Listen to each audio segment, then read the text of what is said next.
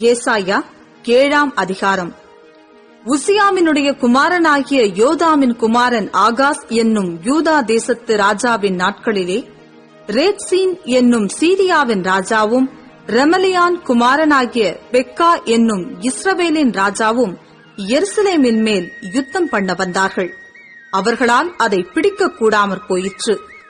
சீரியர் எப்பிராயிமை சார்ந்திருக்கிறார்கள் என்று தாவீதின் குடும்பத்துக்கு அறிவிக்கப்பட்ட போது ராஜாவின் இருதயமும் அவன் ஜனத்தின் இருதயமும் காட்டிலுள்ள மரங்கள் காற்றினால் அசைகிறது போல் அசைந்தது.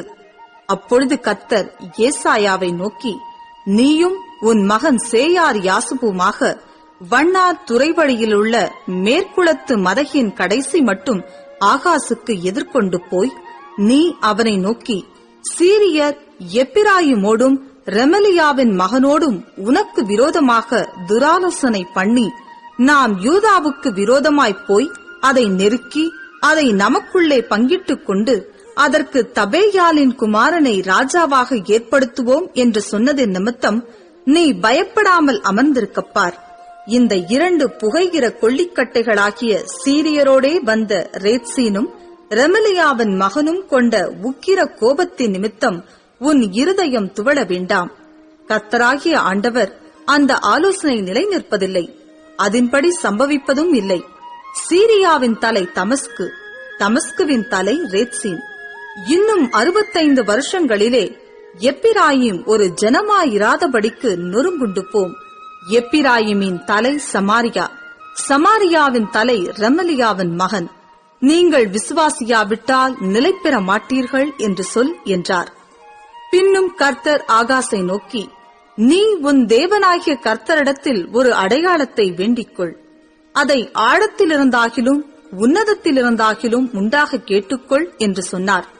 ஆகாசோ, நான் கேட்க மாட்டேன், நான் கர்த்தரை பரீட்சை செய்ய மாட்டேன் என்றான். அப்பொழுது ஏசாயா, தாவீதின் வம்சத்தாரே கேளுங்கள், நீங்கள் மனுஷரை விசனப்படுத்துகிறது போதாதென்று என் தேவனையும் விசனப்படுத்த பார்க்கிறீர்களோ? ஆதலால் ஆண்டவர் தாமே உங்களுக்கு ஒரு அடையாளத்தை கொடுப்பார். இதோ, ஒரு கன்னிகை கர்ப்பவதியாகி ஒரு குமாரனை பெறுவாள்.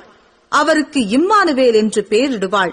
தீமையை வெறுத்து நன்மையை தெரிந்து கொள்ள அறியும் வயது மட்டும் அவர் வெண்ணெயையும் தேனையும் சாப்பிடுவார்.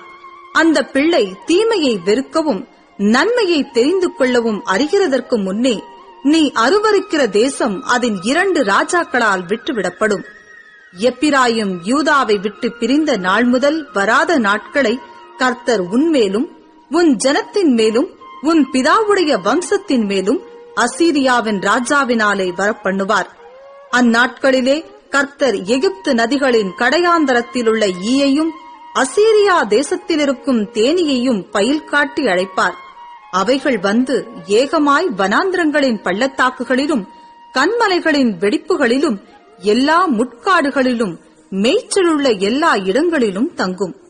அக்காலத்திலே ஆண்டவர் கூலிக்கு வாங்கின சவரகன் கத்தியினால், அதாவது நதியின் அக்கறையிலுள்ள அசீரியா ராஜாவினால் தலைமயிரையும் கால் மயிரையும் சிறைப்பித்து தாடியையும் வாங்கி போடுவிப்பார்.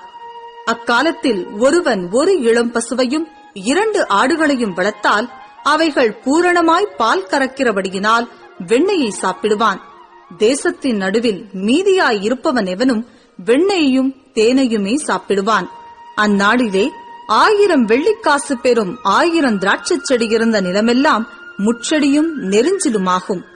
தேசமெங்கும் முட்செடியும் நெரிஞ்சிலும் உண்டாயிருப்பதினால் அம்புகளையும் வில்லையும் பிடித்து அங்கே போக வேண்டியதாயிருக்கும். மண்வெட்டியால் கொத்தப்படுகிற மலைகள் உண்டே, முட்செடிகளுக்கும் நெரிஞ்சில்களுக்கும் பயப்படுவதினால் அவைகளில் ஒன்றிற்கும் போகக்கூடாமையினால் அவைகள் மாடுகளை ஓட்டிவிடுவதற்கும் ஆடுகள் மிதிப்பதற்குமான இடமாயிருக்கும் என்றான்.